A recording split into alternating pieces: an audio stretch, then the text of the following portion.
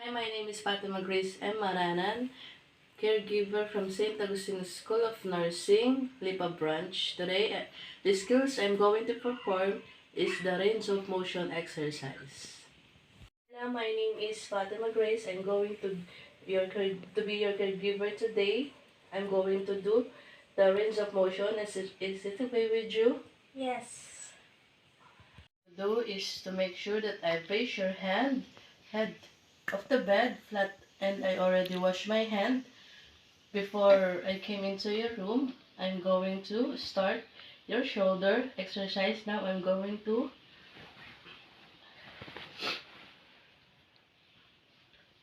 extension, flexion, extension of the arm, and now I will draw up the side of yours so that I could do hyperextension of the shoulder.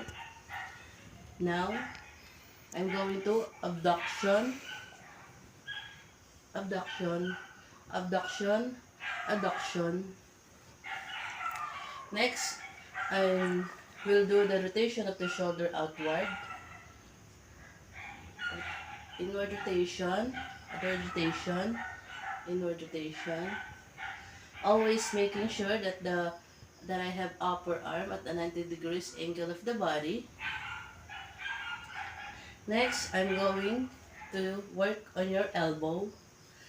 Flexion, extension, flexion, extension. We'll also do the supination, pronation, supination, pronation. We'll work on your wrist. I'll start the flexion, extension, hyperextension. Flexion, extension, hyperextension.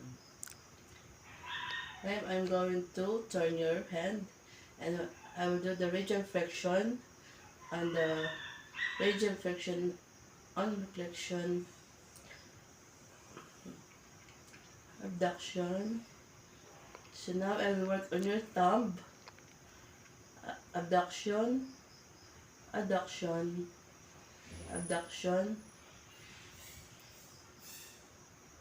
flexion, extension, flexion, opposition of the little finger. Now I will work your finger, abduction, adduction, abduction, adduction, abduction. I will work each finger individually. Abduction, abduction. Now I'm going to do the flexion and the extension of the fingers.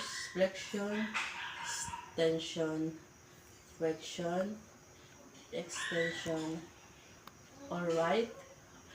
Are you ready to work with your leg now? Okay. I'm going to expose only on one leg, and we'll start by working the dip. Okay, I'm going to expose only one leg, and we'll start by working the hip of the first thing I'm going to do is the flexion and extension. Flexion, extension, flexion, extension, abduction, adduction, abduction, adduction, abduction, action, outward rotation.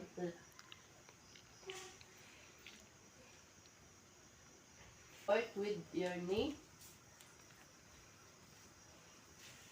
Flexion, extension, flexion, extension. Next, I'm going to move the ankle. Plantar flexion, dorsal flexion, plantar flexion, dorsal flexion, plantar flexion, dorsal flexion. Inward rotation, outward rotation. Okay, we're going to work with the toes. Abduction, Adduction, abduction, adduction, abduction, adduction, abduction, adduction. Okay, now I'm going to flexion, extension, flexion, extension. Now I will reposition for the comfort. Put the bed back in a low position with the head of the bed at 30 degrees, side rails up. If ordered, call light in reach. Is there anything else I can do for you right now? Okay, ma'am. Thank you. And now, I'm going to wash my hands, record, and report.